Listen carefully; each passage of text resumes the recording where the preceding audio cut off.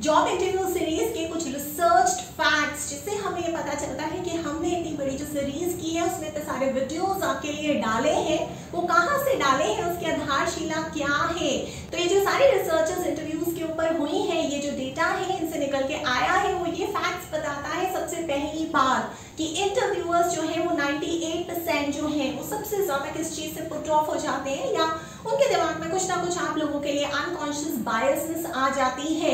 देखो, अगर आप इंटरव्यू एक ऐसे फ्रेम में देने के लिए बैठे हो जहां का जो पीछे का बैकग्राउंड है वो बहुत ज्यादा क्लटर्ड है, या तो शायद आपने बहुत ज्यादा सोच लिया है और आपको ऐसा लगता है कि अगर आप किसी लाइब्रेरी के सामने बैठोगे या पीछे किताबें रख दोगे इंटरव्यू देते वक्त, तो शायद आपका एक अलग ही इंप्रेशन पड़ेगा। ऐसा नहीं है।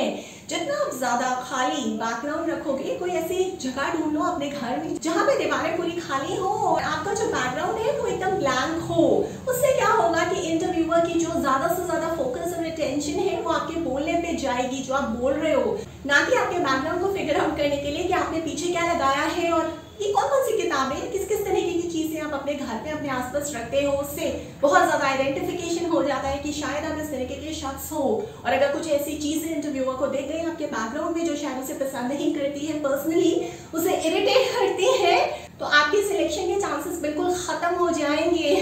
तो जब 98% जो है इंटरव्यूअर्स इस चीज से इरिटेट हो रहे हैं, तो आप वो चीज क्यों करना चाहते हो। टिप नंबर 2, 3 सबसे ज्यादा डोमिनेटिंग फैक्ट्स हैं जो इंटरव्यूज में इंटरव्यूअर्स को इंप्रेस कर रहे हैं। ये तीनों जो फैक्ट्स हैं वो इंटरव्यू के समय डोमिनेट करते हैं। जो इंटरव्यूअर देखता है, समझने की कोशिश करता है आपको इन तीनों चीजों से सबसे ज्यादा।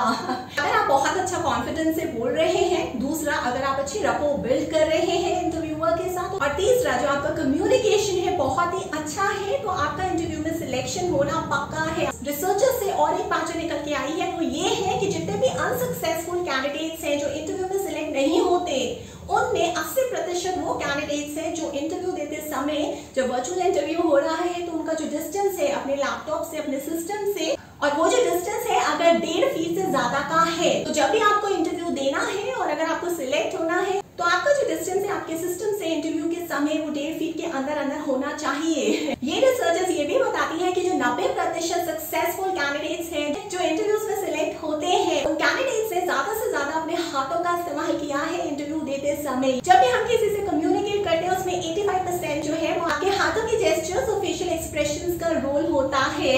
ये इंटरव्यू की रिसर्चर्स एक और बात बताती है कि जो 80% सक्सेसफुल कैंडिडेट्स हैं इंटरव्यूज में, जिनका इंटरव्यू में सिलेक्शन हो गया है, वो बहुत ही आराम से जो डेड स्पेस है इंटरव्यू के दौरान, कहीं पे भी इंटरव्यू चुप हो जाता है, उस डेड एयर को बहुत ही आराम से फिल कर लेते हैं अपनी बातों से। और जब ये रिसर्च और ज्यादा एक्सटेंड हुई तो ये पता चला कि 85% जो अनसक्सेसफुल कैंडिडेट्स हैं इंटरव्यू में जो सिलेक्ट नहीं हो पाते हैं, वो एक्चुअली सिर्फ अपने आप ही बोलते हैं थ्रू आउट द इंटरव्यू। तो इसका मतलब ये है कि आपको रपो बिल्डिंग कैसे करनी है इंटरव्यूज में। अब रपो बिल्डिंग तो आप तभी कर पाओगे ना किसी दूसरे शख्स से जो आपके सामने बैठा है, जब आप उसके बारे में कुछ तो जानते होगे। और जानोगे कैसे? देखो, ऐसे कोई सवाल नहीं करने हैं जो आराम से आपको उनकी वेबसाइट्स पे या उनके विजन या मिशन स्टेटमेंट्स पे, ऑब्जेक्टिव्स में बखूबी समझ में आता है। क्योंकि आप इंटरव्यू की प्रिपरेशन कर रहे हो तो ये आपसे एक्सपेक्टेड होता है कि आपने उनकी वेबसाइट्स, आपके विजन मिशन अच्छी तरीके से पढ़ा है, उनकी वैल्यूज और कल्चर। तो इस तरीके के सवाल मत करना कभी भी डेड स्पेस को फिल करने के लिए। चलो अब वो सवाल देखते हैं जो 90% सक्सेसफुल कैंडिडेट्स करते हैं इंटरव्यूज में जाके। तो पहला सवाल जो इन सक्सेसफुल कैंडिडेट्स ने किया और जो इंटरव्यू में सिलेक्ट हो गए वो ये था कि आप किस तरीके से आपस में कम्युनिकेट करते हैं।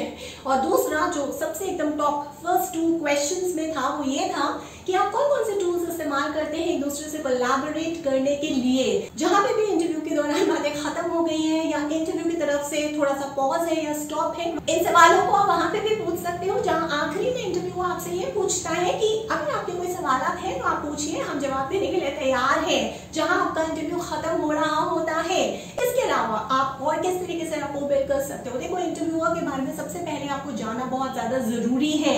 आजकल हर कंपनी आपको पहले ही ईमेल के थ्रू या एसएमएस के थ्रू ये बता देती है, जता देती है कि आपका इंटरव्यू लेने वाला वो शख्स कौन है, उसकी डेजिग्नेशन क्या है हमारी कंपनी में। यहाँ से आपको अपने इंटरव्यूअर का नाम पता चल गया, उसकी डेजिग्नेशन पता चल गई, उसकी डिपार्टमेंट, उसका डोमेन पता चल गया। उसके बाद आपको लिंक्डइन प्रोफाइल पे जाना है, इसी इंटरव्यूअर के उसके बारे में सर्च करना है, वो कहाँ किस कॉन्फ्रेंसेस में अभी लेटली हाल ही में होके आए हैं या कहाँ उन्होंने स्पीच दी है। अगर वो कुछ वॉलंटरी काम करते हैं तो उसके बारे में भी संज्ञान रखना है, किस तरीके के वो आर्टिकल्स आए दिन और हाल ही में लिंक्डइन पे पोस्ट करते रहते हैं, और कोई ऐसा क्लिकिंग पॉइंट निकालना है, कोई ऐसी कॉमन चीज, कोई ऐसा कॉमन इंटरेस्ट जो आपका भी है, इंटरव्यूअर का भी है। अगर इस तरीके से आप वो बात छेड़ दोगे सबसे पहले ही सवाल के उत्तर में, जहाँ इंटरव्यूअर आपसे इंटरव्यू में आते ही सबसे पहला सवाल ये करता है कि आप कैसे हैं। आप इस सवाल में बोल सकते हैं कि मैं बहुत ज्यादा एक्साइटेड हूँ, मैं बहुत ज्यादा डिलाइटेड और बहुत ज्यादा थ्रिल्ड था आपसे मिलने के लिए।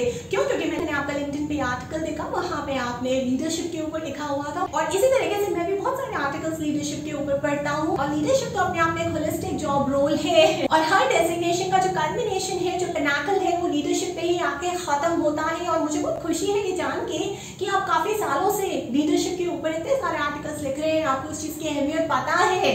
तो बस ये सारे रिसर्च फैक्ट्स याद रखना जो आज मैंने आपको इस वीडियो में बताए हैं। और जहां आपने रफो का तार छेड़ दिया, जहां आपने अपना इंटरेस्ट जो है वो इंटरव्यूअर के इंटरेस्ट से मिला लिया, तो बस वहीं पे जो इंटरव्यूअर है वो एक्सट्रीमली डिलाइटेड हो जाता है, वो बहुत खुश हो जाता है कि इतना ये सब कुछ मेरे बारे में पता करके आया है, यानी कि इसको सच में और सच में मुझ में भी और मेरी कंपनी, मेरे जॉब में भी बहुत ज्यादा इंटरेस्ट है। क्योंकि ये तो फंडामेंटल प्रिंसिपल है कि बिना इंटरेस्ट के कोई किसी के बारे में जानने की कोशिश नहीं करता है, थोड़ा सा भी समय पर बात नहीं करता है। और इसने तो इतना सारा समय दिया है, इतना सब कुछ ये मेरे बारे में जानता है, इस जॉब रोल के बारे में जानता है, इस कंपनी के बारे में जानता है, यानी कि इसको इस जॉब में बहुत ज्यादा बाकी कैंडिडेट से इंटरेस्ट है। जहां पे इंटरव्यूअर को आपने सबसे पहले ही सवाल के जवाब में ये जता दिया कि आपको उस इंटरव्यूअर में कितना ज्यादा इंटरेस्ट है, आपको, यानी कि आपने उस इंटरव्यू की पूरी टोन पहले से ही सेट कर दी, और आपने एक ऐसा एक्सपीरियंस जनरेट कर दिया उस इंटरव्यूअर के लिए जहां पे वो बहुत खुशी आपका आगे का इंटरव्यू लेना शुरू कर देगा, क्योंकि आपने उसके बारे में अच्छी बातें कही हैं जो आप आइडलाइज करते हो। इन सारी बातों का ध्यान रखना, और मैं आपको चैलेंज करती हूँ कि आपका इंटरव्यू में सिलेक्शन पक्का है।